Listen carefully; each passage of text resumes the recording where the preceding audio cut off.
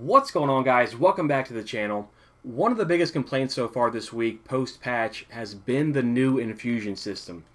For the most part, I do think that just playing the game normally, just doing your flashpoints, those types of activities will allow you to stay ahead of that infusion curve, because it has gone back to more of a Destiny 1 style where in order to infuse and upgrade your weapons and armor, you need to have certain planetary materials.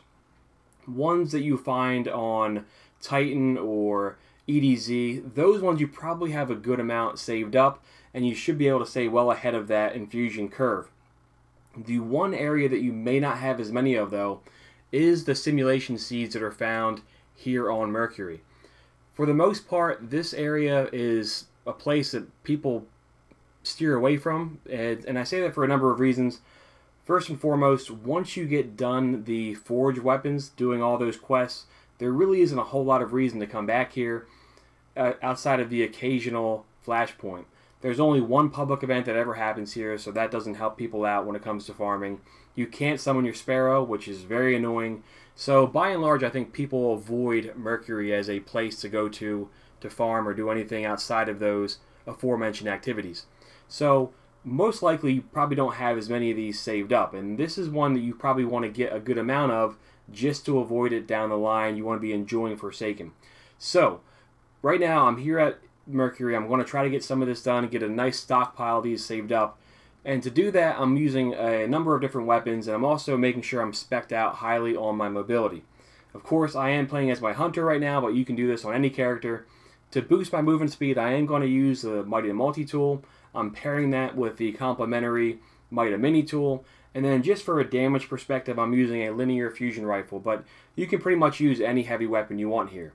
Again, not necessary, but if you have Sagira's shell, that really comes in handy, because one of the perks is you can see 75 meters any type of cache or material. That's far and away the biggest range boost for any ghost shell. So if you have that, you're going to be better off, but again, not exactly necessary. So when you get to Mercury, the first thing you want to do is look and see what patrols are available.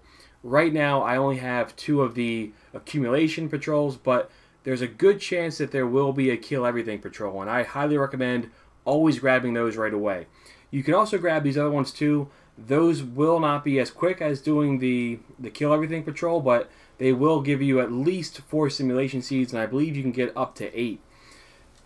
I would also recommend always grabbing every single simulation seed you see on the map. Those, of course, they are the little circle right there that you see. Grab every chest. These ones are locked. I'll try to take out these sentries really quick, these harpies. Again, if you have your super saved up, that will really help you out for this type of chest. Once you kill those guys, this does unlock. It only gives you the regular amount, only 4 of them, but still, you're in here just to get as many simulation seeds as you can in as short a time as possible. And you can tell right now by having the Mighty mini tool and Mighty multi-tool, I'm able to fly around the map right now. I'm also complementing that with the jump boots for the hunter, but you can also use your Titan with the lion rampants and really make quick ground here, cover a lot of ground pretty quickly. You also want to make sure you're looking for any high value targets. There are a number that do spawn here. That's where having something like the linear fusion rifle will come in handy, because you can do a good amount of damage. Like I was saying earlier though, don't avoid these simulation seeds that are by themselves, and I say that because you'll notice that every now and again, most of the time they'll just give you 1, but every now and again they'll give you quite a few. So right there is 1, but I have gotten up to 6 before in 1 simulation seed. So don't shy away from grabbing those, especially if they're on your route here. Basically, you just want to be doing a big circle right now, taking out high value targets. You can also participate in the public event if you want. Those can give you 4, I believe, but you may be able to get a few more. For the most part, I hate saying this, but maybe just take 1 shot at the boss, or just so you're part of the event, and grab the chests afterwards. This public event is unique because if you make it heroic, you do get 2 chests at the end, so you can get 8 simulation seeds that way.